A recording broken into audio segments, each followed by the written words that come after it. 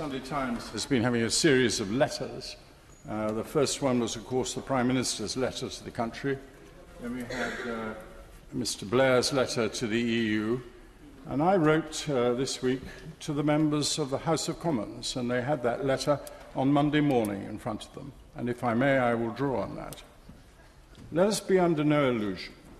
If we reach a situation where the House of Commons cannot forge an agreement that is acceptable, they are deadlocked, then the House of Commons and all of us would have lost our basic democracy.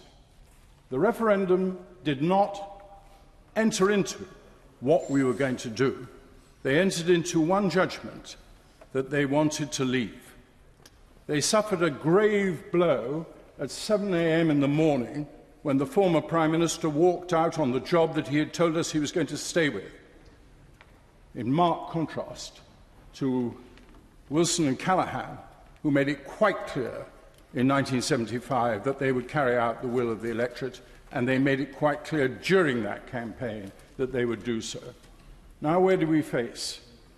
I suggest members of this House start looking at what happened yesterday. Yesterday, very wisely, the House of Commons itself, backbench MPs and others, took control of this process.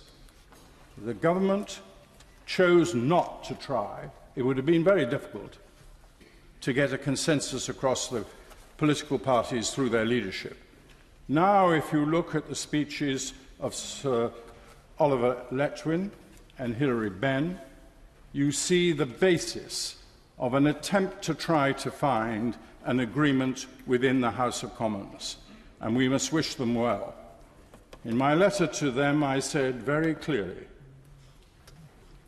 your votes on the 11th of December are your choice and yours alone.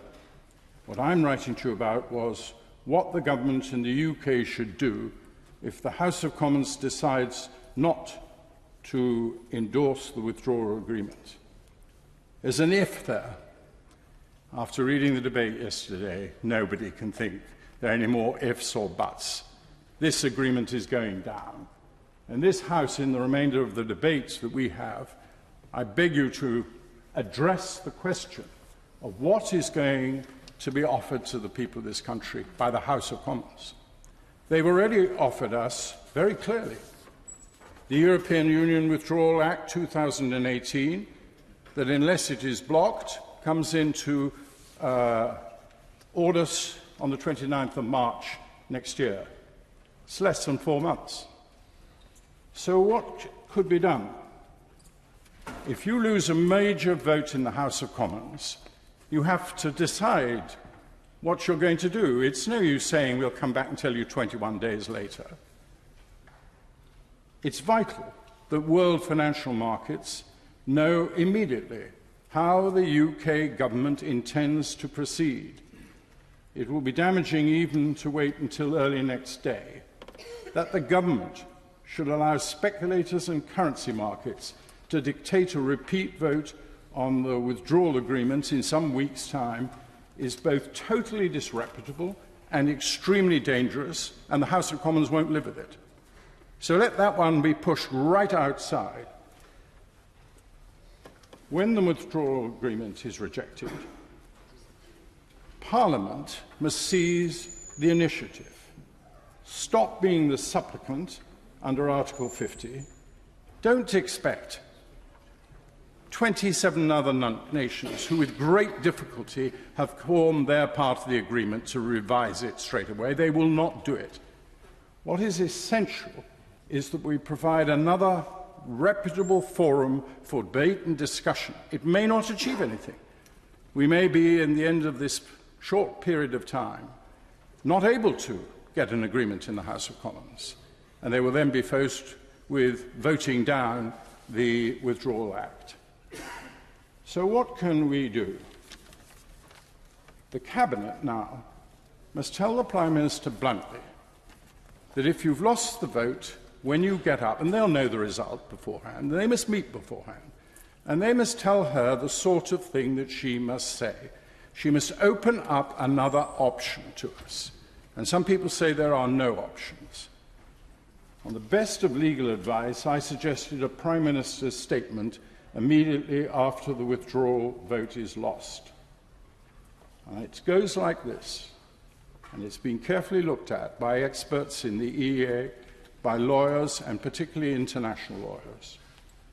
As a consequence of tonight's vote, I'm sending letters immediately to all the other 31 parties to the European Economic Area Agreement, EEA as we will refer to it, the EU itself, its 27 member states, and the 3 EFTA states.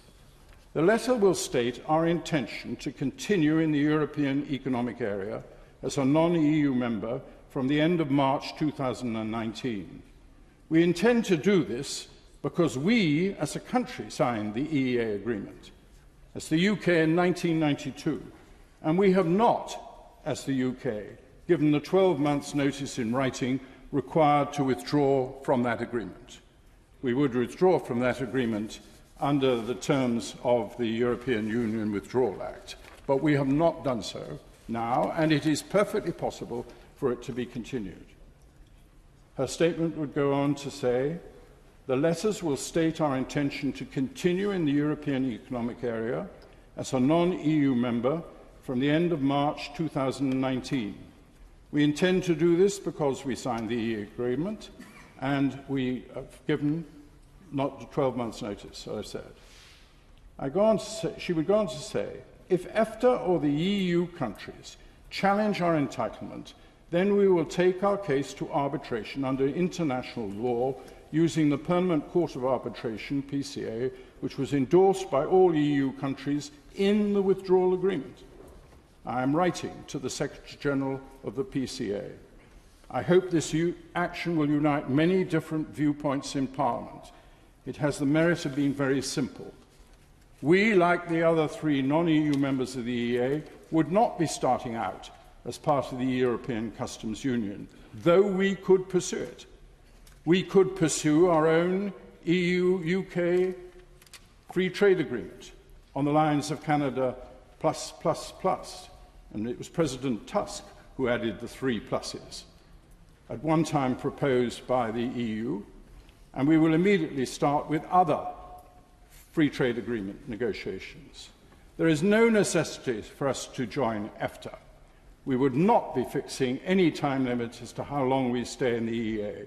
Like the other 3 non-EU countries, we would continue to be bound, as are all parties to the EEA, to give 1 year's notice of leaving. We would not ask anything more from the EU than we are entitled to under the EEA. I am under a strict time limit. I cannot include the 4 other paragraphs. They are anyhow in the Times, and I will make them available if anybody wants to see them. I beg this House to be constructive in helping the House of Commons do their duty. It's going to be a very difficult 4 months, but we need this other extra option. It is our right to stay in the EEA. Within that negotiation, we would be entitled to ask the EU to look at, with us, those parts of the withdrawal agreement which are very helpful to them and to us.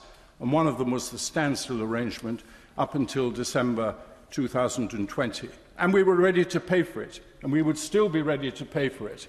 And the derogations in the EEA agreement allow us to make it within the EEA agreement.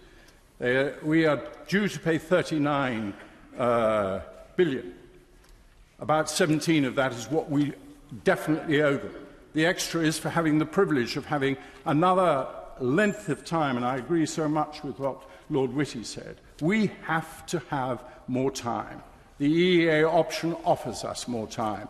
And don't talk to the leader of the Liberal Party about Norway supinely accepting it. There's nothing supine about the Norwegian people. They have fashioned a very interesting agreement of keeping their own sovereignty while not being in the EU, having an EFTA court, having a different arrangement, and going on disparaging it, as has been happening by the government over the last few months in order to have no choice, is not doing a service to democracy in our country or in the European Union or in the European Economic Area.